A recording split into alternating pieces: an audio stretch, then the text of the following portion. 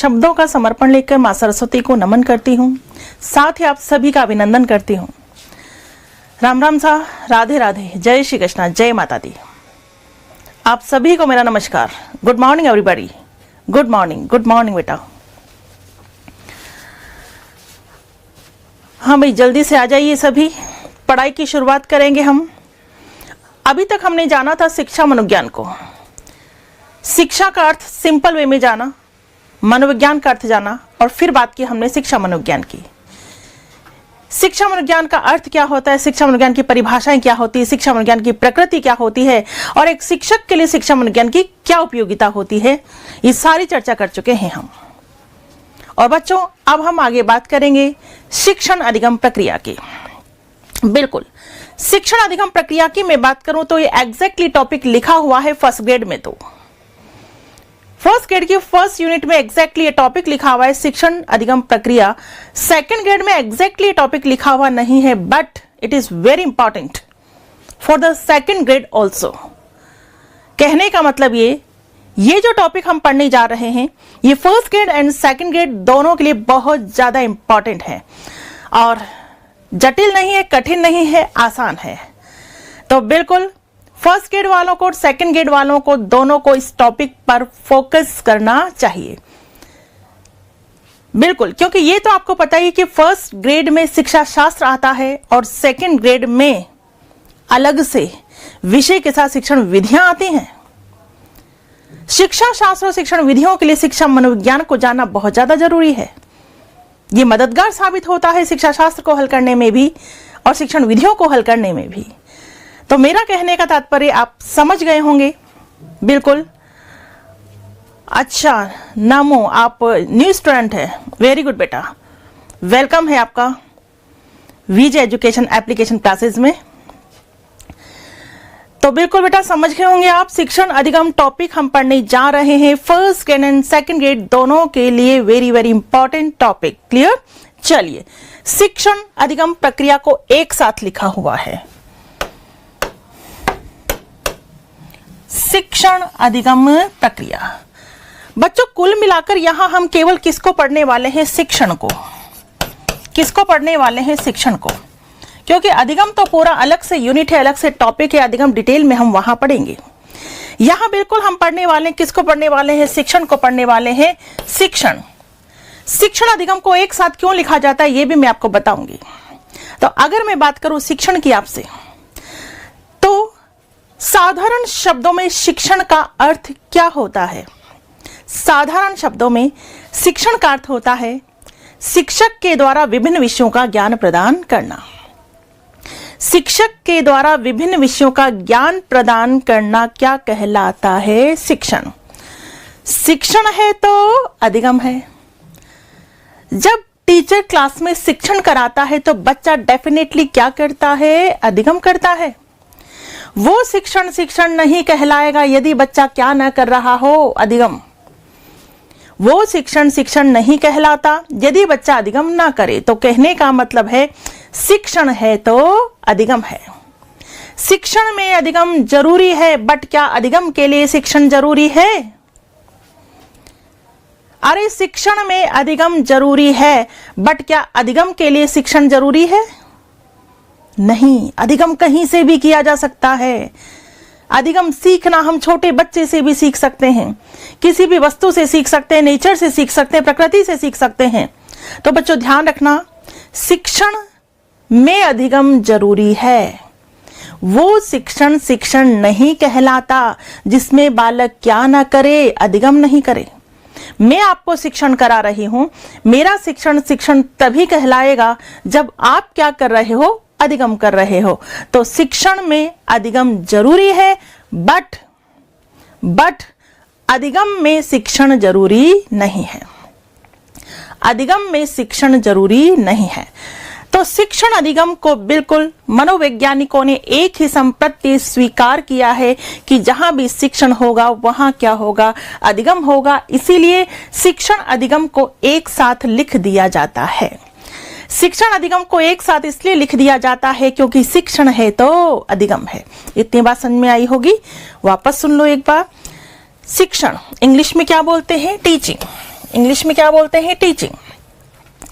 शिक्षण का सामान्य शब्दों में अर्थ होता है शिक्षक के द्वारा विभिन्न विषयों का ज्ञान प्रदान करना। जब शिक्षक शिक्षण कराता है तो बच्चा क्या करता है, अधिगम, क्योंकि वो शिक्षण नहीं कहलाएगा यदि बच्चा अधिगम ना करे। तो शिक्षण है तो अधिगम है, शिक्षण है तो अधिगम है। इसीलिए शिक्षा मनोवैज्ञानिकों ने शिक्षण अधिगम को एक ही संप्रत्यय स्वीकार किया है, क्योंकि शिक्षण है तो क्या है, अधिगम है। शिक्षण में अधिगम जरूरी है, बट अधिगम के लिए शिक्षण जरूरी नहीं है। अधिगम के लिए शिक्षण जरूरी नहीं है, क्लियर। बट शिक्षण है तो अधिगम है। यहां तक की बात समझ में आ गई। शिक्षण का अर्थ क्या होता है, शिक्षक के द्वारा विभिन्न विषयों का ज्ञान प्रदान करना। ठीक है, अब हम शिक्षण के अर्थ की ओर चलते हैं। एक होता है शिक्षण का संकुचित अर्थ और एक होता है शिक्षण का व्यापक अर्थ। क्लियर है, एक होता है संकुचित अर्थ और एक होता है व्यापक अर्थ। संकुचित अर्थ की मैं आपसे बात करूं, शिक्षण के संकुचित अर्थ की बात करूं मैं, संकुचित अर्थ, तो संकुचित अर्थ के अंतर्गत कौन सी शिक्षा आ जाती है, संकुचित अर्थ के अंतर्गत कौन सी शिक्षा आती है, बताइए। औपचारिक, अनौपचारिक। संकुचित अर्थ के अंतर्गत केवल और केवल आती है औपचारिक शिक्षा।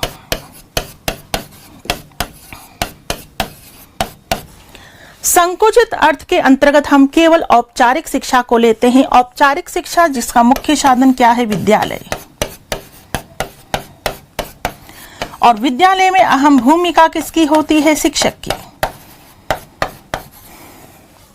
विद्यालय में अहम भूमिका किसकी होती है बच्चों, शिक्षक की। इतनी बात क्लियर है। देखिए, शिक्षण के संकुचित अर्थ की पहले हम बात कर रहे हैं। संकुचित अर्थ की बात करें तो संकुचित अर्थ में औपचारिक शिक्षा को हम लेंगे। किसको लेंगे, औपचारिक शिक्षा को हम लेंगे, है ना बेटा। आपके जो भी क्वेरीज वगैरह हैं वो हम क्लास के बाद में डिस्कस करेंगे। पहले आप पूरा फोकस करिए पढ़ने पर, ठीक है। बीच में मैं आपके कमेंट्स को नहीं पढ़ूंगी, नहीं लूंगी। मैं आपके कमेंट्स को पढ़ूंगी, लास्ट में मैं आपको टाइम दूंगी।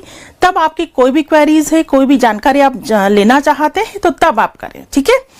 तब मैं आपसे बात करूंगी। अभी केवल आपका पूरा फोकस सुनने और समझने पर होना चाहिए, सुनने और समझने पर।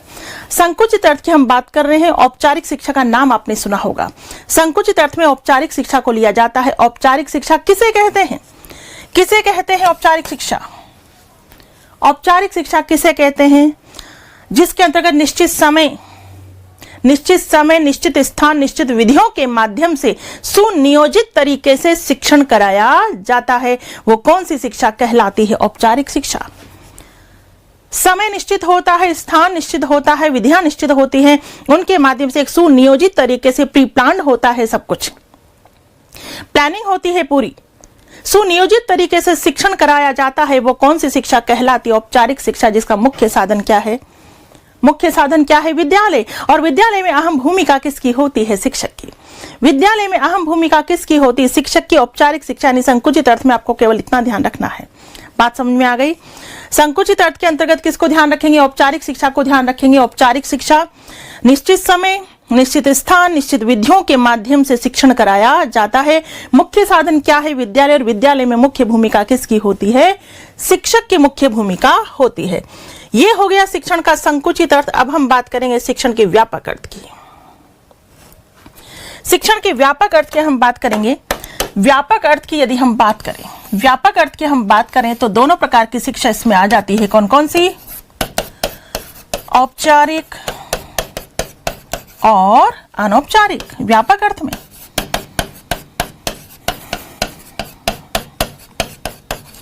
ठीक है, औपचारिक और अनौपचारिक। व्यापक अर्थ की हम बात कर रहे हैं। व्यापक अर्थ में बात करें तो शिक्षण के अंतर्गत औपचारिक अनौपचारिक दोनों प्रकार की शिक्षा को लिया जाता है। ठीक है, औपचारिक तो बिल्कुल आपको पता ही है। औपचारिक इसका मुख्य साधन क्या है? विद्यालय। ठीक है, विद्यालय। और विद्यालय में मुख्य भूमिका किसकी है? शिक्षक की। मुख्य भूमिका किसकी है? शिक्षक की। अनौपचारिक शिक्षा, अनौपचारिक शिक्षा का मुख्य साधन क्या है? परिवार। मुख्य साधन क्या है? परिवार। और परिवार में मुख्य भूमिका किसकी होती है? मां की। परिवार में मुख्य भूमिका किसकी होती है? मां की। वापस सुन लो, औपचारिक शिक्षा निश्चित स्थान, निश्चित समय, निश्चित विधियों के माध्यम से जहां शिक्षण कराया जाता है। अनौपचारिक शिक्षा कोई निश्चित समय नहीं होता, कोई निश्चित स्थान नहीं होता, कोई निश्चित विधियां नहीं होती, कहीं भी कैसे भी शिक्षण करा दिया जाता है। वो कौन सी शिक्षा होती है? अनौपचारिक शिक्षा। ना कोई निश्चित समय, ना कोई निश्चित स्थान, ना कोई निश्चित विधियां। अनौपचारिक शिक्षा का मुख्य साधन क्या होता है? परिवार। अरे बालक की प्रथम पाठशाला भी क्या होती है? परिवार। बालक की प्रथम पाठशाला भी क्या होती है? परिवार। और परिवार में मुख्य भूमिका किसकी होती है? माँ की। बालक को संस्कारों की शिक्षा किससे मिलती है? माँ से। बालक की प्रथम गुरु कौन होती है? माँ। ठीक है, बालक की प्रथम गुरु माँ को कहा गया है और माँ के द्वारा बालक को संस्कारों की शिक्षा दी जाती है। तो बिल्कुल ध्यान रखना। तो जब आपसे शिक्षण पूछा जाए कि शिक्षण होता है, प्रश्न पूछा भी जा चुका है एग्जाम में कि शिक्षण होता है, पहला ऑप्शन है औपचारिक, दूसरा है अनौपचारिक, तीसरा औपचारिक व अनौपचारिक। तो आंसर क्या देंगे आप? औपचारिक व अनौपचारिक। ठीक है, शिक्षण होता है औपचारिक व अनौपचारिक। शिक्षण का अर्थ आपको समझ में आ गया होगा। संकुचित अर्थ में, संकुचित अर्थ में तो हम क्या लेंगे, है ना, ये संकुचित अर्थ में केवल हम किसको लेते हैं? औपचारिक को, जबकि व्यापक अर्थ में औपचारिक और अनौपचारिक। व्यापक अर्थ में औपचारिक और अनौपचारिक। ठीक है, संकुचित और व्यापक अर्थ आपके समझ में आ गया होगा। अब हम आगे बात करेंगे शिक्षण की द्विमुखी प्रक्रिया की। शिक्षण की द्विमुखी प्रक्रिया, तो ध्यान देना, एडम्स महोदय ने, किसने? एडम्स महोदय। एडम्स महोदय ने शिक्षण की द्विमुखी प्रक्रिया माना है। किसको? शिक्षण को। द्विमुखी बताया इन्होंने, पहला शिक्षक और दूसरा शिक्षार्थी। अगर आपसे पूछ लिया जाए कि शिक्षण को द्विमुखी प्रक्रिया किसने माना है, एग्जाम में प्रश्न उठ जाए कि शिक्षण को द्विमुखी प्रक्रिया किसने माना है, तो पर्टिकुलर नाम आप बताएंगे। पर्टिकुलर नाम आप बताएंगे किसने बताया है? एडम्स महोदय ने। एडम्स महोदय ने शिक्षण को द्विमुखी प्रक्रिया माना है, शिक्षक और शिक्षार्थी। ठीक है, शिक्षक और शिक्षार्थी। क्लियर है? द्विमुखी प्रक्रिया किसने बताया है? एडम्स महोदय ने। आगे हम बात करें शिक्षण की त्रिमुखी प्रक्रिया की। त्रिमुखी प्रक्रिया, तो ध्यान देना, जॉन डीवी, जॉन डीवी व रायबर्न, जॉन डीवी व रायबर्न ने शिक्षण को त्रिमुखी प्रक्रिया माना है। कितने मुखी? त्रिमुखी। नंबर 1 शिक्षक, नंबर 2 शिक्षार्थी और नंबर 3 पाठ्यक्रम।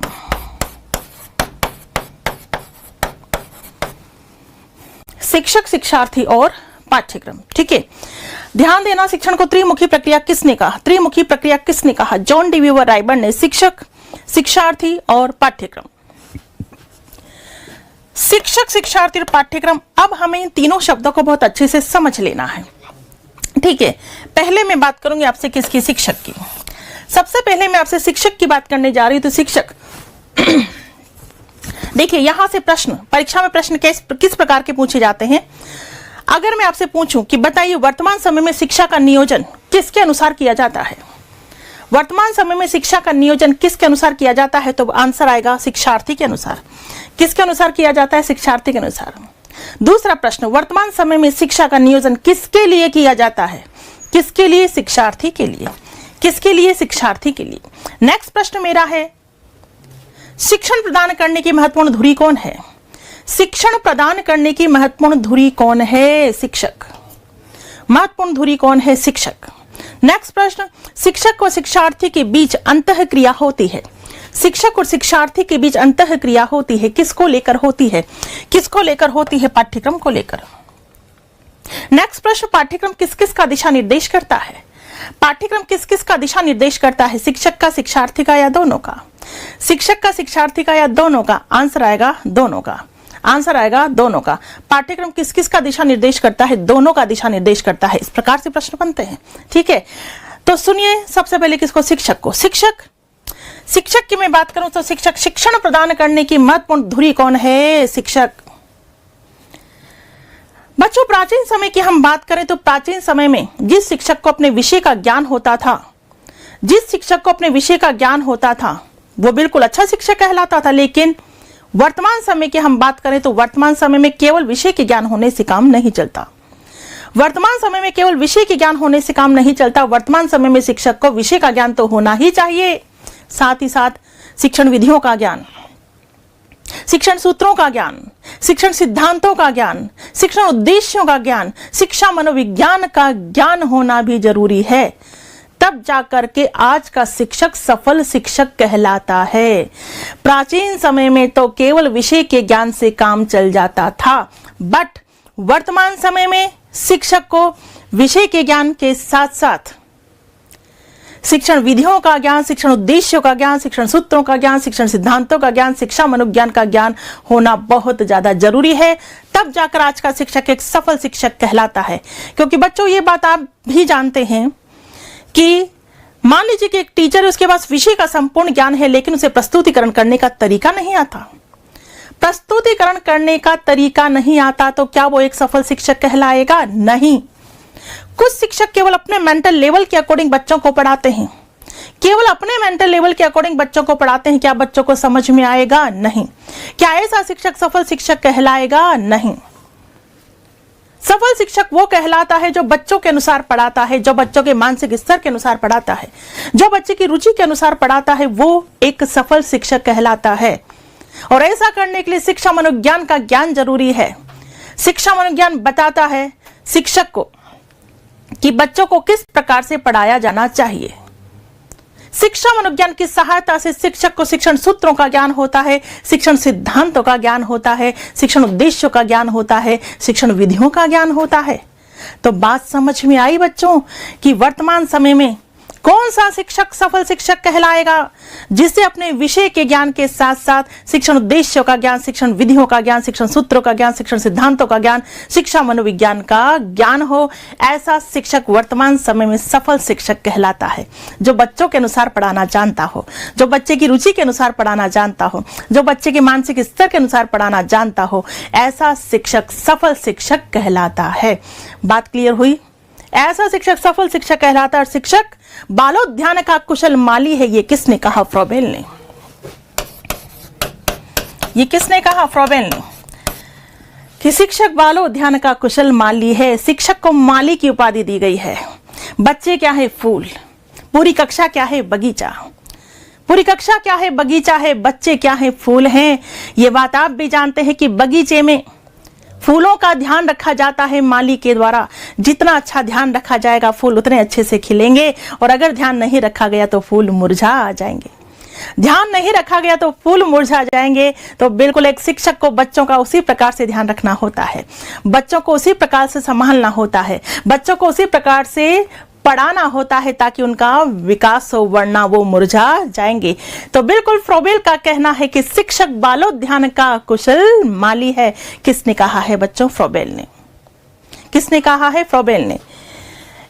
एक बिल्कुल कोलेस्निक की परिभाषा आती है। कोलेस्निक का कहना है कि शिक्षा मनोविज्ञान का ज्ञान शिक्षक को यह जानने में सहायता प्रदान करता है कि जो समस्याओं का समाधान है वो किस परिस्थिति में किस प्रकार से किया जाए। ये किसका कहना है? कोलेस्निक का। ठीक है। एक परिभाषा दी थी रविंद्रनाथ टैगोर ने। रविंद्रनाथ टैगोर। क्या कहा था रविंद्रनाथ टैगोर ने? क्या कहा रविंद्रनाथ टैगोर ने? रविंद्रनाथ टैगोर का कहना था कि यदि बच्चों को उचित प्रकार से पढ़ाना है तो एक शिक्षक को पूरे जीवन क्या करना होगा? अध्यापन। क्या करना होगा? अध्यापन। क्योंकि दीपक जब तक जलता रहेगा तब तक उजाला होता रहेगा। प्रज्वलित रहना जरूरी है, पूरे जीवन अध्यापन करना जरूरी है। इस प्रकार की बात कही थी किसने? रविंद्रनाथ टैगोर ने। तो बच्चों हम बात किसकी कर रहे हैं? शिक्षक की। किसकी बात कर रहे हैं? शिक्षक की। और एक शिक्षक को कुशल शिक्षक होना चाहिए। कैसा होना चाहिए? कुशल शिक्षक होना चाहिए। और बच्चों कुशल शिक्षक किसे कहते हैं? जिसे अपने विषय का पूर्ण ज्ञान होता है, जिसे शिक्षण विधियों का ज्ञान होता है, शिक्षण सूत्रों का ज्ञान होता है, शिक्षण सिद्धांतों का ज्ञान होता है, जो बच्चों को मनोवैज्ञानिक तरीके से पढ़ाता है, जो बच्चों को उदाहरण प्रस्तुतिकरण के द्वारा पढ़ाता है, जो बालकों के प्रति प्रेम सहानुभूति को अपनाता है, वो एक कुशल शिक्षक माना जाता है। जो विद्यालय में बिल्कुल शैक्षिक वातावरण क्रिएट करते हुए पढ़ाता है, वो एक कुशल शिक्षक माना जाता है। ठीक है। शिक्षक की चर्चा मोटी रूप में सुननी है आपको।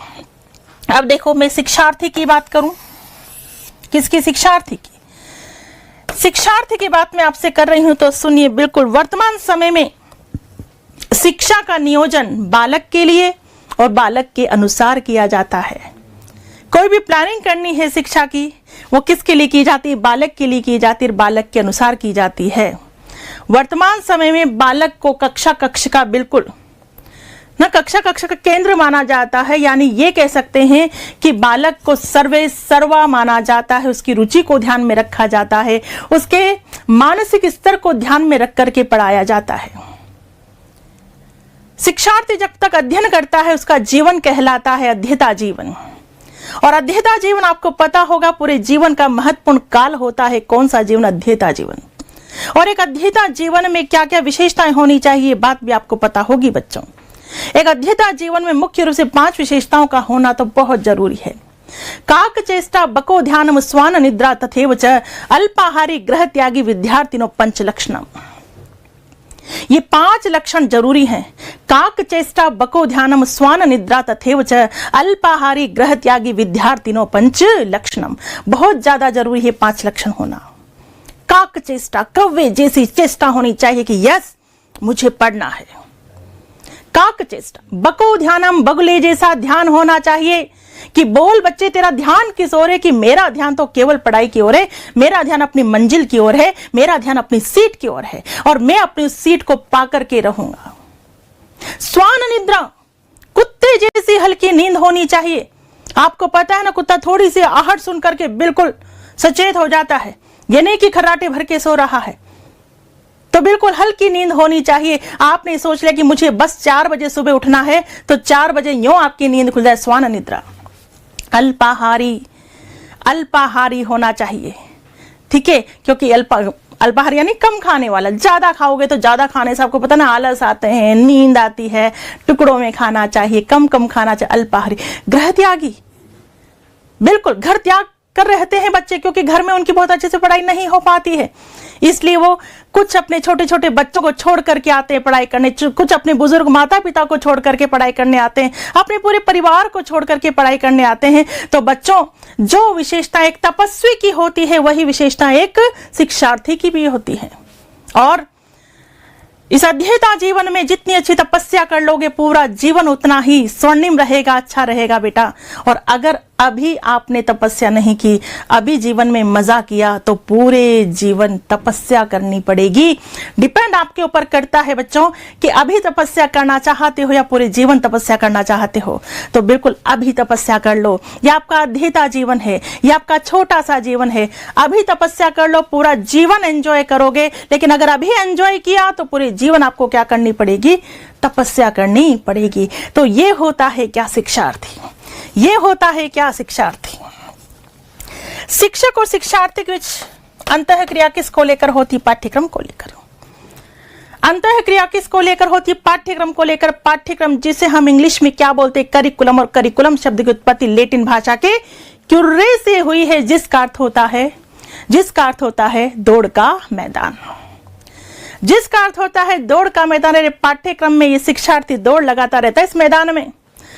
ये पढ़ता है, ये पढ़ता है, ये पढ़ता है, फिर रिवाइज करता है, फिर पढ़ता है। क्यों? लक्ष्य को प्राप्त करने के लिए। पाठ्यक्रम शिक्षक और शिक्षार्थी दोनों का क्या करता है? दिशा निर्देश करता है। दोनों का क्या करता है? दिशा निर्देश करता है। तो बच्चों सिंपली ध्यान रखना, जॉन डी वीवर रायबर्न ने शिक्षण की त्रिमुखी प्रक्रिया बताई है, शिक्षक, शिक्षार्थी और पाठ्यक्रम। इन तीनों को मैंने आपको समझा दिया है और अच्छे से समझ लो आप। चलिए और अच्छे से समझ लीजिए। ये देखिए इधर, ये रहा शिक्षक।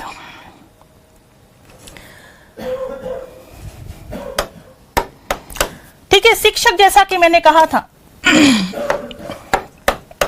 कि प्राचीन समय की यदि हम बात करें तो केवल विषय का ज्ञान होना ही पर्याप्त था। बट आज शिक्षक को विषय के ज्ञान के साथ साथ शिक्षण विधियों का ज्ञान, उद्देश्यों का ज्ञान, सूत्रों का ज्ञान, सिद्धांतों का ज्ञान होना भी जरूरी है। बिल्कुल। एक शिक्षक, एक परिभाषा तो किसकी है? फ्रोबेल की है। यहां लिखी हुई नहीं है, मैं जस्ट आपको बता रही हूं फ्रोबेल की परिभाषा। फ्रोबेल की परिभाषा क्या थी? कि शिक्षक बालोद्यान का कुशल माली है। किसने कहा? फ्रोबेल ने। शिक्षक बालोद्यान का कुशल माली किसने बताया? फ्रोबेल ने। कॉलेस्निक ने क्या कहा, देखिए कि शिक्षा मनोविज्ञान शिक्षक विशेष को यह निर्णय करने में सहायता दे सकता है कि वह विशिष्ट परिस्थितियों में अपनी विशिष्ट समस्याओं का समाधान किस प्रकार करे। किसने कहा, कॉलेस्निक। सिंपली ध्यान रखेंगे, क्या कहा कॉलेस्निक ने कि शिक्षा मनोविज्ञान शिक्षक विशेष को यह निर्णय करने में सहायता दे सकता है कि वह विशिष्ट परिस्थितियों में अपनी विशिष्ट समस्याओं का समाधान किस प्रकार से करे। क्लियर। एक देख सकते हैं आप रविंद्रनाथ टैगोर के अनुसार डेफिनेशन, एक शिक्षक अच्छा अध्यापन तभी करवा सकता है जब वह स्वयं अध्ययनशील रहता है। जब वह स्वयं अध्ययनशील रहता है। एक जलता हुआ दीपक ही दूसरे दीपक को प्रज्वलित कर सकता है। यस, एक जलता हुआ दीपक ही दूसरे दीपक को प्रज्वलित कर सकता है। किसका कहना है, रविंद्रनाथ टैगोर का। यदि शिक्षक अपने विषय अध्यापन को समाप्त कर देता है, यदि शिक्षक अपने विषय अध्यापन को समाप्त कर देता है और उसका आदान प्रदान नहीं करता है तो वह विद्यार्थियों में जागृति नहीं ला सकता, वह शिक्षार्थी के मस्तिष्क को बोझिल करता है। बात समझ में आई। अरे एक शिक्षक को पूरे जीवन विद्यार्थी रहना पड़ता है, पूरे जीवन उसे अध्ययन करना पड़ता है। यदि एक शिक्षक अध्ययन नहीं करेगा तो वो बच्चों में जागृति नहीं ला सकता, वो बच्चों के मस्तिष्क को बोझिल करता है। तो बिल्कुल एक जलता हुआ दीपक ही दूसरे दीपक को प्रज्वलित कर सकता है। इस प्रकार की डेफिनेशन किसके द्वारा दी गई, रविंद्रनाथ टैगोर के द्वारा। ठीक है, डेफिनेशंस आपके समझ में आ गई होंगी। फ्रॉबेल की डेफिनेशन, फ्रॉबेल ने क्या कहा फ्रॉबेल ने कि शिक्षक बालोद्यान का कुशल माली है। ठीक है, बालोद्यान का कुशल माली है। किसने कहा, फ्रॉबेल ने। कॉलेस्निक ने क्या कहा कि शिक्षा मनोविज्ञान शिक्षक विशेष को निर्णय करने में सहायता दे सकता है कि वह विशिष्ट परिस्थितियों में, ठीक है, विशिष्ट परिस्थितियों में विशिष्ट समस्याओं का समाधान किस प्रकार से करे। क्लियर। रविंद्रनाथ टैगोर का कहना है कि एक शिक्षक अच्छा अध्यापन तभी करवा सकता है जब वह स्वयं अध्ययनशील रहता है। एक जलता हुआ दीपक ही दूसरे दीपक को प्रज्वलित कर सकता है। और यदि शिक्षक अपने विषय अध्ययन को समाप्त कर देता है और उसका आदान प्रदान नहीं करता तो वो विद्यार्थियों में जागृति नहीं ला सकता, वह शिक्षार्थी के मस्तिष्क को क्या कर देता है, बोझिल कर देता है। क्लियर है बात, समझ में आ गई। ठीक है, शिक्षक की बात कर रहे हैं। एक कुशल शिक्षक किसे कहेंगे वो भी आप इस तरह से देख लीजिए। शिक्षक की कुशलता, एक कुशल शिक्षक को अपने विषय का पूर्ण ज्ञान होना चाहिए। सिंपल चर्चा में बताई चुकी हूँ, रटने की बातें नहीं है। एक कुशल शिक्षक को अपने विषय का पूर्ण ज्ञान होना चाहिए। बालकों के प्रति प्रेम, सहानुभूति, समदर्शी भाव रखने वाला होना चाहिए। अरे दंडात्मक प्रणाली अपनाने वाला नहीं होना चाहिए, कठोर नहीं होना चाहिए, पक्षपात करने वाला नहीं होना चाहिए। एक शिक्षक को कैसा होना चाहिए, बच्चों के प्रति प्रेम, सहानुभूति और समदर्शी भाव रखने वाला होना चाहिए। बालक की समस्याओं को जानने व उन्हें दूर करने में रुचि लेने वाला होना चाहिए। बिल्कुल, अगर बालक के साथ कोई समस्या है तो टीचर को ये जानने का प्रयास करना चाहिए कि बच्चे के साथ समस्या है तो क्या और क्यों, निदान और उपचार करना चाहिए। एक कुशल शिक्षक को पाठ को रोचक ढंग से पढ़ाना चाहिए। शिक्षक को चरित्रवान होना चाहिए। ठीक है, एक तो रोचक ढंग से पढ़ाना चाहिए। नेक्स्ट बात क्या है, नेक्स्ट बात है शिक्षक को चरित्रवान होना चाहिए। टीचर को कैरेक्टर का अच्छा होना, टीचर के कैरेक्टर का अच्छा होना बहुत ज्यादा जरूरी है। ठीक है, यदि शिक्षक का चरित्र अच्छा नहीं होगा तो वो क्या ज्ञान प्रदान करेगा बच्चों को। बात समझ में आई यहां तक की। ठीक है, आगे चलेंगे हम। नेक्स्ट क्या है कि बालक को उत्तम शिक्षण कराने वाला होना चाहिए जिससे बालक के व्यवहार में स्थायी परिवर्तन आ सके। उत्तम शिक्षण वह होता है, किससे कहते हैं उत्तम शिक्षण। यहां हमने बात की है कि उत्तम शिक्षण कराना चाहिए, उत्तम शिक्षण कराना चाहिए।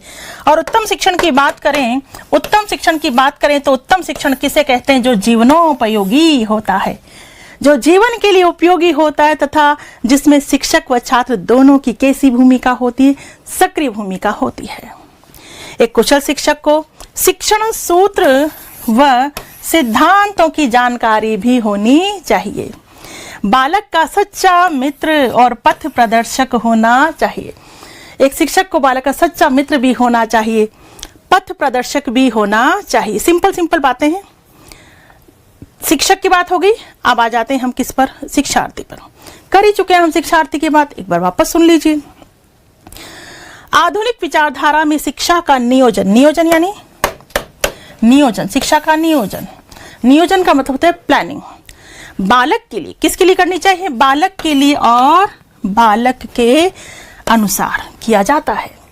इस प्रकार बालक का महत्व सर्वोपरि है। इसीलिए शिक्षा मनोवैज्ञानिकों ने बालक या शिक्षार्थी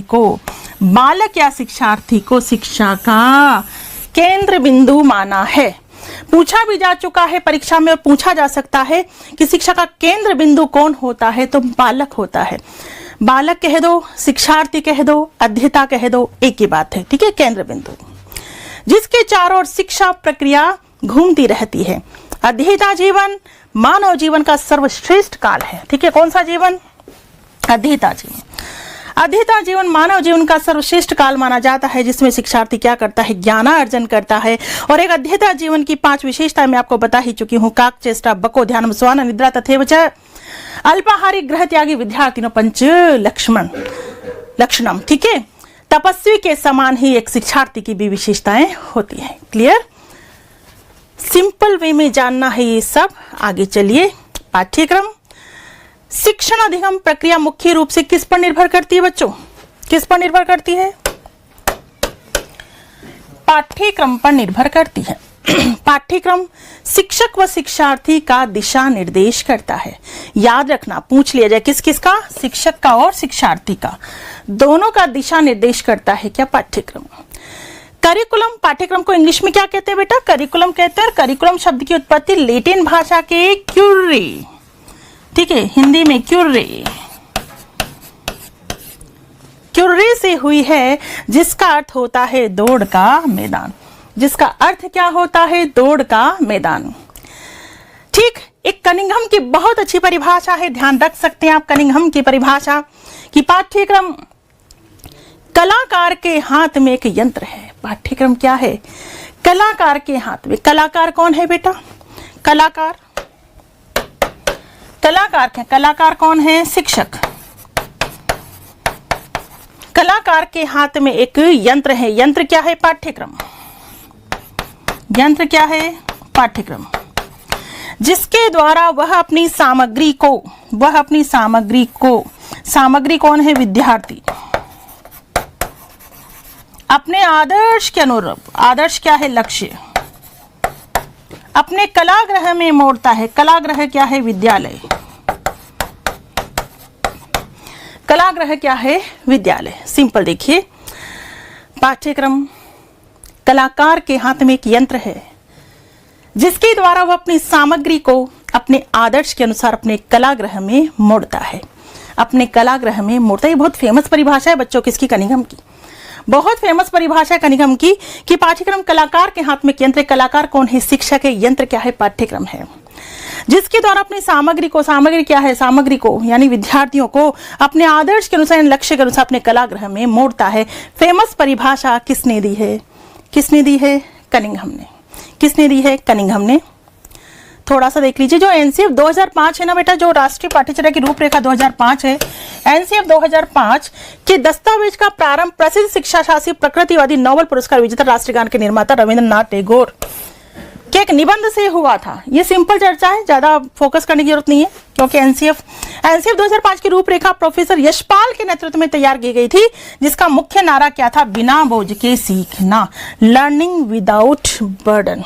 ठीक है, लर्निंग विदाउट बर्डन। क्लियर है? अब देखो, अब आ जाइए इधर। देखो, हमने बात शुरू की कहां से? अब आपको अपने रजिस्टर में जो शॉर्ट में लिखना है, वो क्या क्या लिखना है वो लिख लीजिए, क्योंकि कंप्लीट नोट्स तो मैं देने वाली हूं आपको। बात समझ में आ रही बच्चों? कंप्लीट नोट्स में आपको देने वाली हूं, बट एक एक पॉइंट जिसको देखते ही यहां पिक्चर क्लियर हो जाए, उसके लिए लिखना जरूरी है। क्या लिखना? जो देखिए, हमने शुरुआत किसकी की? कहां से की? शिक्षण अधिगम प्रक्रिया। शिक्षण अधिगम प्रक्रिया में सबसे पहले हमने शिक्षण को देखा और शिक्षण का कौन सा अर्थ जाना?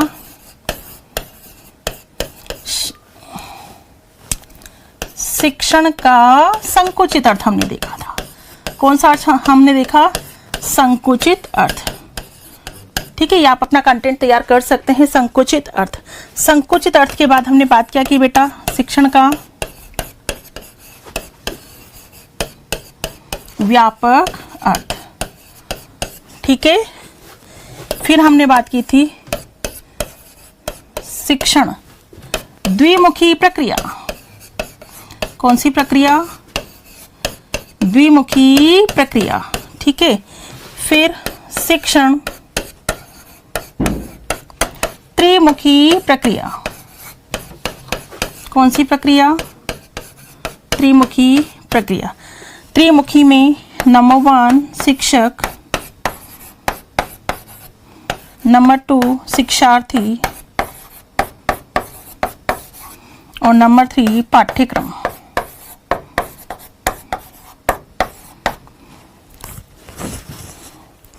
ठीक है, पहले तो एक पेज में आप जो है ना आराम से एक एक लाइन छोड़ करके ये लिख लें बेटा।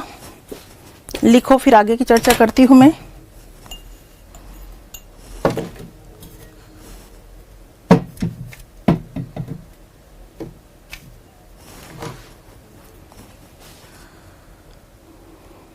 यस, अब देखो, शिक्षण अधिगम प्रक्रिया हमारी मैन हेडिंग थी क्या? शिक्षण अधिगम प्रक्रिया। इसमें सबसे पहले हमने शिक्षण के संकुचित अर्थ की बात की है। शिक्षण का संकुचित अर्थ। संकुचित अर्थ में हमने कौन सी शिक्षा को रखा बेटा? औपचारिक शिक्षा को। कौन सी शिक्षा को रखा? औपचारिक शिक्षा।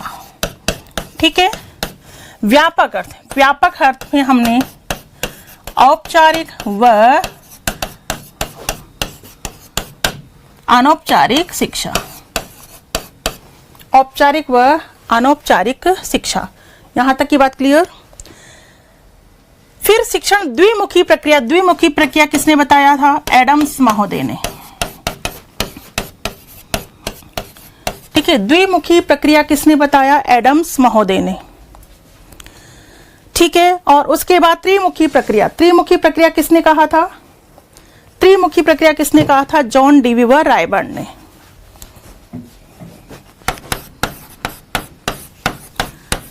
जॉन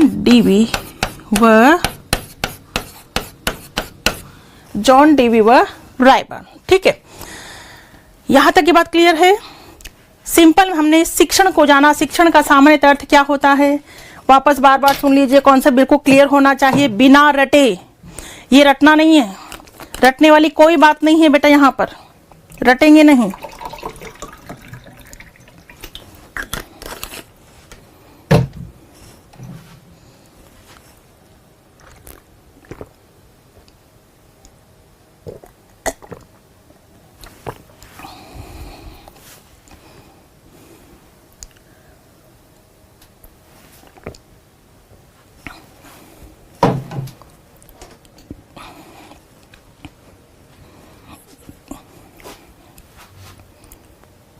इतनी चर्चा करी है अभी हमने, और इतनी सी चर्चा बिल्कुल सिंपल है।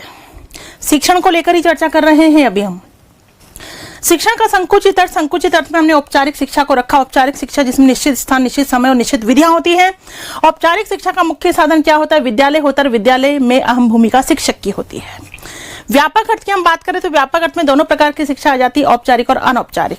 अनौपचारिक शिक्षा जहां कोई निश्चित स्थान नहीं होता, निश्चित समय नहीं होता, निश्चित विधियां नहीं होती। अनौपचारिक शिक्षा का मुख्य साधन क्या होता है? परिवार, और परिवार में मुख्य भूमिका किसकी होती है? मां की। द्विमुखी प्रक्रिया किसने कहा? एडम्स महोदय ने कहा है द्विमुखी प्रक्रिया। द्विमुखी में है शिक्षक और शिक्षार्थी। त्रिमुखी प्रक्रिया किसने कहा है? जॉन डीवीवर रायबर्न ने त्रिमुखी प्रक्रिया माना है। त्रिमुखी जॉन डीवीवर रायबर्न। और त्रिमुखी क्या क्या है? शिक्षक, शिक्षार्थी और पाठ्यक्रम। शिक्षक के बारे में, शिक्षार्थी के बारे में, पाठ्यक्रम के बारे में भी हम चर्चा कर चुके हैं। शिक्षण प्रदान करने की महत्वपूर्ण धुरी कौन है? शिक्षक। आज शिक्षा का नियोजन किसके लिए किया जाता है? शिक्षार्थी के लिए। आज शिक्षा का नियोजन किसके लिए किया जाता है? शिक्षार्थी के लिए, ठीक है। और किसके अनुसार किया जाता है? शिक्षार्थी के अनुसार।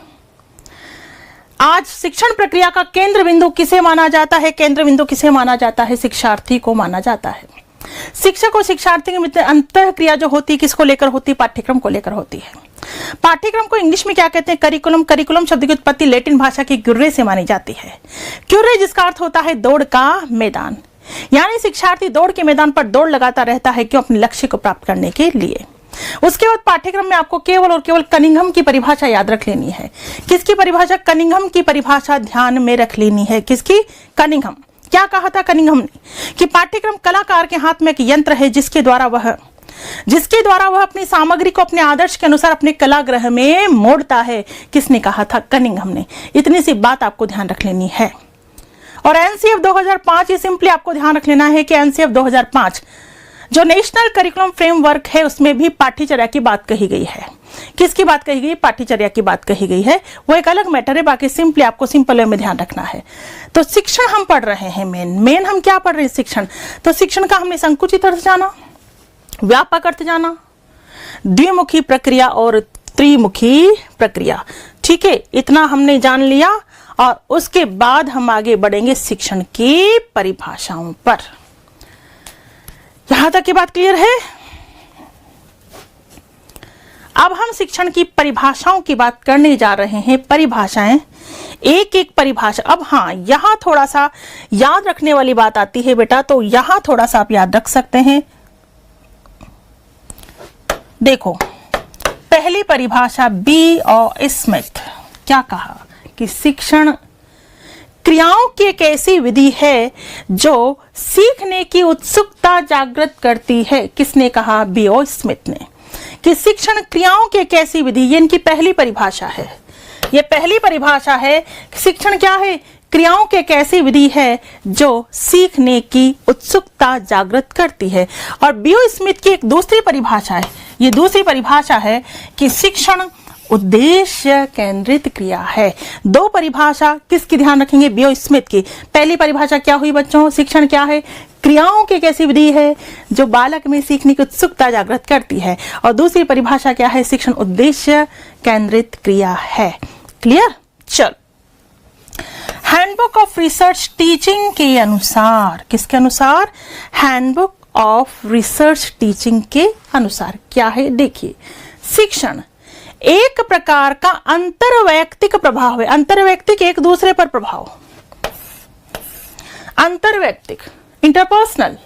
अंतरवैयक्तिक, इंटरपर्सनल, परस्पर एक दूसरे को प्रभावित करना, ठीक है। तो शिक्षण एक प्रकार का अंतरवैयक्तिक प्रभाव है जो दूसरे व्यक्ति के व्यवहार को परिवर्तित करने के उद्देश्य से किया जाता है। ये किसने कहा है? किसमें कहा गया? Handbook of research teaching. Burt ने क्या कहा? क्या कहा बर्ट ने? कि शिक्षण अधिगम हेतु प्रेरणा पथ प्रदर्शन व प्रोत्साहन है। शिक्षण क्या है? अधिगम हेतु प्रेरणा, पथ प्रदर्शन व प्रोत्साहन है। ये किसने कहा? बर्ट ने कहा। किसने कहा? बर्ट। थोड़ी सी आपको ध्यान रखनी होगी डेफिनेशंस। बी और स्मिथ के दो डेफिनेशन क्लियर है। शिक्षण क्या है? क्रियाओं की कैसी विधि जो उत्सुकता जागृत करती है। दूसरी बात इन्होंने क्या कहा है? कि शिक्षण उद्देश्य केंद्रित क्रिया है, ठीक है। हैंडबुक ऑफ रिसर्च टीचिंग में ध्यान रखेंगे क्या बताया? अंतर्व्यक्तिक प्रभाव बताया है जो दूसरे व्यक्ति के व्यवहार को परिवर्तित करने के उद्देश्य से किया जाता है। बर्ट ने क्या कहा? कि शिक्षण अधिगम हेतु प्रेरणा, पथ प्रदर्शन व प्रोत्साहन है। ये किसने कहा? बर्ट ने कहा। कुछ डेफिनेशंस और देखेंगे हम, ठीक है। ये रही नंबर 4 डेफिनेशन। थाइन, किसके अनुसार? थाइन के अनुसार। थाइन ने क्या कहा? अधिगम में वृद्धि करना ही क्या है? शिक्षण है। ये किसका कहना है? थाइन का। अधिगम में वृद्धि करना ही क्या है? शिक्षण है। डेफिनेशंस हाथों हाथ याद करेंगे तो ज्यादा सही रहेगा, बाद में इकट्ठी हो जाती है। इंपॉर्टेंट डेफिनेशंस ही याद करनी होती है, ज्यादा के चक्कर में नहीं पढ़ना होता है, ठीक है। अधिगम में वृद्धि करना ही क्या है? शिक्षण है। किसने कहा? थाइन।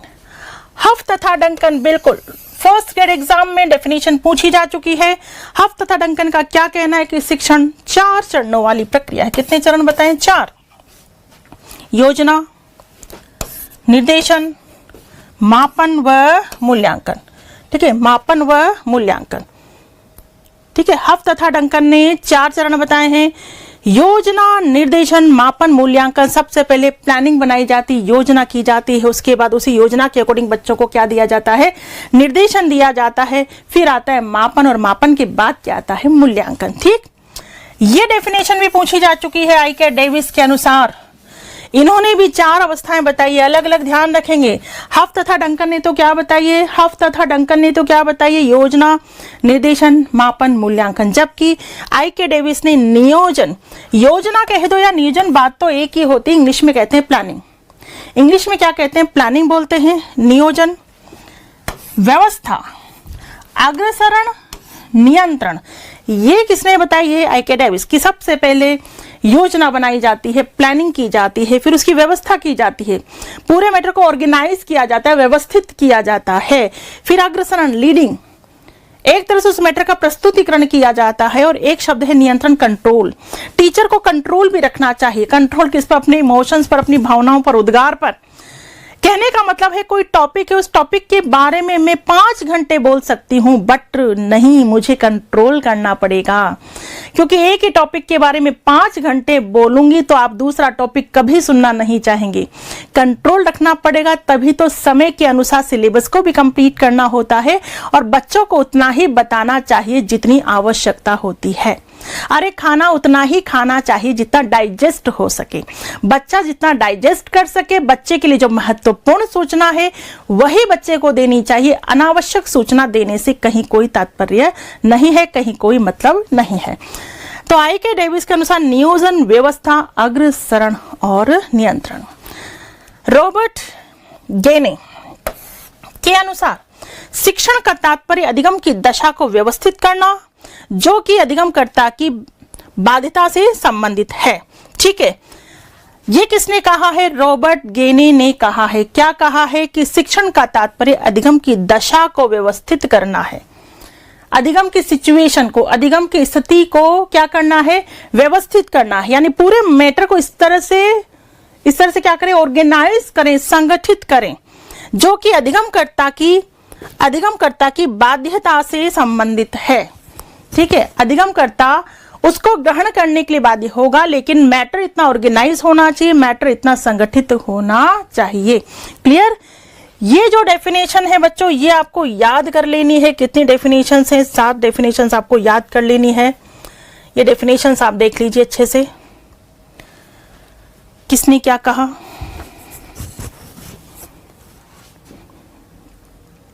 अच्छे से देख लो, ताकि मैं जब प्रश्न पूछूं तो आप उसका जवाब अपने घर बैठे बैठे दे सको।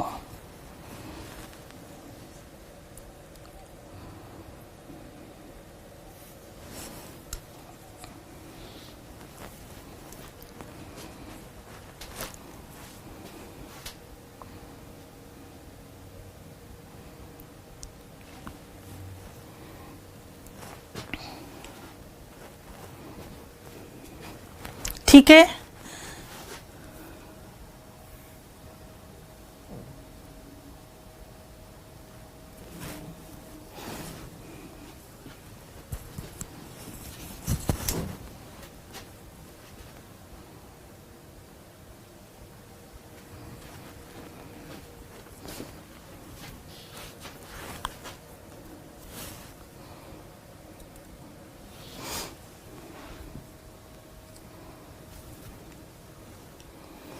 क्लियर है।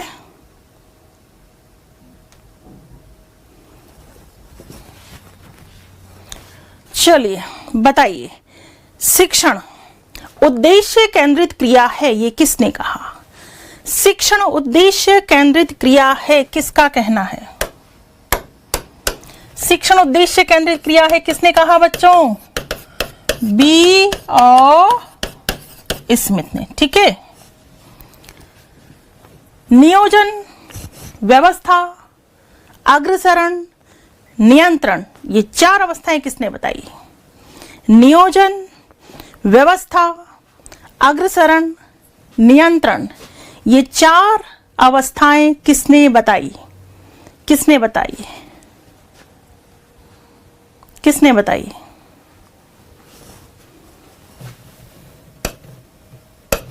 नियोजन, व्यवस्था, अग्रसरण, नियंत्रण, किसने बताया? किसने बताया? आई के डेविस। किसने बताया बच्चों? आई के डेविस। नेक्स्ट डेफिनेशन, शिक्षण क्रियाओं की एक ऐसी विधि है जो सीखने की उत्सुकता जागृत करती है। किसने कहा? शिक्षण क्रियाओं की एक ऐसी विधि है जो सीखने की उत्सुकता जागृत करती है। किसने कहा? क्रियाओं की एक ऐसी विधि है जो सीखने की उत्सुकता जागृत करती है। किसने कहा? तो बच्चों ये भी किसने कहा? B.O. स्मिथ ने कहा। किसने कहा? B.O. स्मिथ ने कहा। शिक्षण अधिगम हेतु प्रेरणा, पथ प्रदर्शन व प्रोत्साहन है। किसने कहा? शिक्षण अधिगम हेतु प्रेरणा, पथ प्रदर्शन व प्रोत्साहन है। किसने कहा? किसने कहा? बर्ट ने कहा। किसने कहा? बर्ट ने। चलिए नेक्स्ट, अधिगम में वृद्धि करना ही शिक्षण है। किसने कहा? अधिगम में वृद्धि करना ही शिक्षण है। किसने कहा? किसने कहा? थाइन। अधिगम में वृद्धि करना ही शिक्षण है। किसने कहा? थाइन ने कहा। तो इसी तरह से आपको ध्यान रखना है बच्चों। तो आज हम डेफिनेशंस तक कंप्लीट कर चुके हैं, ठीक है, परिभाषाओं तक कंप्लीट कर चुके हैं। तो ये टॉपिक थोड़ा केवल समझने वाला है, रटने वाली कोई भी बात यहाँ पर नहीं है, ठीक है। रटने वाली कोई भी बात नहीं है, समझने वाला टॉपिक है। केवल सुनेंगे, समझेंगे। इसके बिल्कुल पिन पॉइंटेड नोट्स में आपको प्रोवाइड करवा दूंगी। मेरा कहना यह है कि जो पीडीएफ आपको मिल रही है, जो नोट्स आपको मिल रहे हैं, उसके अकॉर्डिंग पिन पॉइंटेड अपना रजिस्टर तैयार कर लो बेटा, आपको बहुत ज्यादा फायदा मिलेगा। जो आप कहते हैं ना कि पीडीएफ के नोट्स नहीं निकाल पाते, बिल्कुल निकलने भी नहीं चाहिए, क्योंकि आप पूर्ण रूपेण अधिगम कैसे कर पाओगे? जो बातें सुनते हो, उन सुनी हुई बातों को अगर आप अपने हाथ से, अपनी कलम से, अपने रजिस्टर में उन्हीं शब्दों को उतारेंगे तो वो शब्द ऐसे कैसे यहां छप जाते हैं। पिन पॉइंटेड पीडीएफ आपको मिल रही है ना, लेकिन उन पीडीएफ की मदद से आप अपना रजिस्टर तैयार कर लें, आप अपने नोट्स तैयार कर लें, तो आपके लिए बहुत ज्यादा अच्छा होगा। आगे जाकर उन नोट्स में कुछ भी मान लीजिए ऐड करना है, कुछ भी और ज्यादा, तो आप उनमें वहीं पर ऐड कर सकते हैं। यह आपके लिए बहुत फायदेमंद रहेगा, यकीन मानिए। तो प्रिंट कैसे निकाल सकते हैं, प्रिंटिंग वाली बात अब मुझसे नहीं करेंगे, ठीक है। हम लाइव पढ़ रहे हैं, अच्छे से नोट्स आपको पिन पॉइंटेड मिल रहे हैं। यकीन मानो इस प्रकार के नोट्स कहीं नहीं मिल सकते आपको। जो सिस्टमैटिक तरीका यहां होता है ना, जिस सिस्टमैटिक तरीके से मैं पढ़ा रही हूं, मुझे नहीं लगता कि इतना सिस्टमैटिक तरीका आपको कहीं मिल सकता है। तो इसे सिस्टमैटिक तरीके से पढ़िए। जो नोट्स आपको दिए जा रहे हैं उसको बिल्कुल अपने हाथों से अपने रजिस्टर में छापिए, अपने रजिस्टर में लिखिए। वो रजिस्टर आपका अपना होगा, जिसके एक एक लाइन यहां छपी होगी। बिल्कुल ये तक पता होगा किस पृष्ठ पे क्या चीज है, यहां छप जाता है सब कुछ। इसलिए मेरा ये कहना है कि बहुत ज्यादा जरूरी है। और अभी शुरुआत से आप करते चले जाएंगे तो बर्डन पे आप पर नहीं पड़ेगा। एकदम से सारे नोट्स को लिखना पॉसिबल नहीं होता है, लेकिन pinpointed topic to topic अपने नोट्स यदि आप तैयार करते चले जाएंगे तो आपके लिए बहुत ज्यादा फायदेमंद होगा। बात समझ में आ गई? तो बिल्कुल इतनी चर्चा हम कर चुके हैं। इससे आगे की चर्चा क्योंकि ज्यादा समझेंगे तो वो आपके लिए थोड़ा बोझिल हो सकता है दिमाग के लिए, इसलिए इससे आगे की चर्चा हम करेंगे कल। क्लियर? अब बताइए कहां कहां क्या तकलीफ है। मैं पीडीएफ का प्रिंट कभी भी नहीं निकलवा पाए। हाँ, नहीं निकलवा पाओगे बेटा। क्यों निकालना है प्रिंट? एक बात बताओ मुझे भीम बेटा, एक बात बताओ, क्यों निकलवाना है प्रिंट? इतने गजब के नोट्स आपको मिल रहे हैं, आप अपना रजिस्टर तैयार कीजिए ना, टाइम है ना अभी तो आपके पास। रश्मि, यस बेटा, बिल्कुल बिल्कुल, कईयों की मेरी बात बिल्कुल समझ में आ रही है बेटा। ये आपके लिए फायदेमंद है, बहुत ज्यादा फायदेमंद है। अलका, हाँ विश्वास रखना बेटा, बिल्कुल, थैंक यू सो मच। बताओ बेटा, और कोई क्वेरी आपकी हो तो जल्दी से पूछ लो, जल्दी से पूछ लो। यस, जहां तक ये वाला टॉपिक हम अपना कल कंप्लीट कर लेंगे और उसके बाद नेक्स्ट डे इससे रिलेटेड टेस्ट होगा, एग्जाम होगा। पीडीएफ बेटा जिसकी नहीं मिल रही है वो आती चली जाएगी। बिल्कुल बिल्कुल, सभी टीचर्स अपनी अपनी पीडीएफ तैयार कर रहे हैं, वो अपलोड कर दी जाएगी। यस, नीतू, राम खिलाड़ी, कृष्णलता, यस बेटा। और कोई किसी की और कुछ जानना है किसी को? यस, थैंक यू बेटा, thank you so much. GK की क्लासेस रिकॉर्ड पूरी नहीं है क्या बेटा? पूरी है लगभग, एक दो पॉइंट उसमें छूट रहे होंगे, वो पूरी बस बिल्कुल हो जाएगी बेटा कुछ दिनों में। क्लास से पहले पीडीएफ क्यों डाल दो बेटा, ताकि आप पढ़ सकें। ओके ठीक है, नो प्रॉब्लम। कैलाश सही है ना बेटा? कैलाश, सोनम, ओके बेटा। बेटा लाइव में फर्स्ट पेपर नहीं, फर्स्ट पेपर बेटा रिकॉर्डेड होगा, फर्स्ट पेपर रिकॉर्डेड होगा, सेकंड पेपर लाइव होगा। यस, नीतू गुप्ता, सिलेबस कब तक कंप्लीट होगा ये क्यों पूछ रही बेटा? अभी तो वैकेंसी भी नहीं है, आप पढ़ते चले जाओ, पढ़ते चले जाओ। बिल्कुल, हम चाहते कि एग्जाम तक हम आपके सामने रहें, वैसे सिलेबस टाइम से पूरा करवा दिया जाएगा। भूराराम पूछ रहे हैं फर्स्ट ग्रेड सेकंड ग्रेड में किसकी तैयारी करनी चाहिए? बेटा आप किसके लिए एलिजिबल हैं? अगर आप दोनों के लिए एलिजिबल हैं, दोनों के लिए एलिजिबल हैं तो पहले आपको आई थिंक फर्स्ट ग्रेड की तैयारी शुरू कर देनी चाहिए। लेकिन अगर आप दोनों के लिए एलिजिबल नहीं है, सेकंड ग्रेड के लिए ही एलिजिबल हैं, तो आपको सेकंड ग्रेड की तैयारी करनी चाहिए। बाकी जैसे वैकेंसी आपके सामने आएगी आपको खुद समझ में आ जाएगा।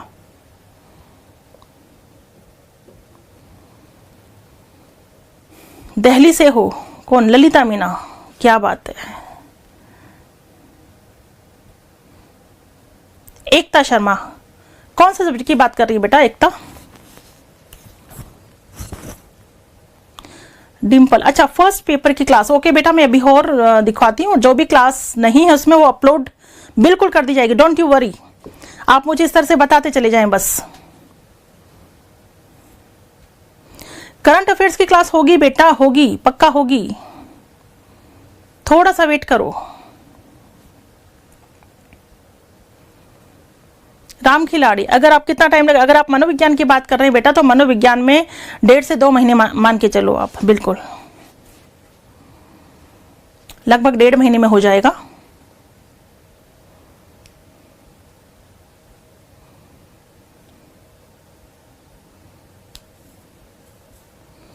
क्या प्रयोगात्मक मनोविज्ञान? कुछ नहीं, प्रयोगात्मक मनोविज्ञान में बेटा नियंत्रित परिस्थितियों में अध्ययन होता है, बस इतना ध्यान रखना है आपको। नियंत्रित परिस्थितियों में किया गया अध्ययन प्रयोग कहलाता है, तो प्रयोगात्मक मनोविज्ञान के अंतर्गत नियंत्रित परिस्थितियों में अध्ययन किया जाता है, इतना ही ध्यान रखना है। बाकी शाखा आपको शिक्षा मनोविज्ञान पढ़नी है बेटा। भीम बेटा नहीं मानोगे आप, टेस्ट की पीडीएफ क्यों निकलवानी है? एक बात मुझे बता दो, क्यों निकलवानी है पीडीएफ? क्या करना है पीडीएफ निकलवा के?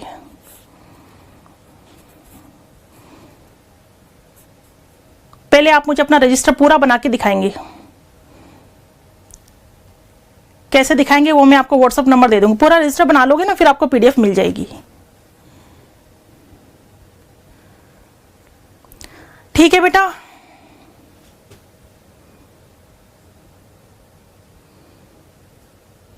एकता शर्मा, डेफिनेटली बेटा देखते हैं, और जो चीज पूरी नहीं उसे पूरा किया जाएगा, बिल्कुल बेटा। टेस्ट सीरीज शुरू करें, टेस्ट सीरीज शुरू करेंगे बेटा, थोड़ा सा वेट कर लो, बिल्कुल शुरू करेंगे टेस्ट सीरीज। फर्स्ट ग्रेड की भी करेंगे, सेकंड ग्रेड की भी करेंगे, बिल्कुल करेंगे। तो ठीक है बेटा, मिलते हैं कल। Thank you so much, thank you so much, मिलते हैं कल।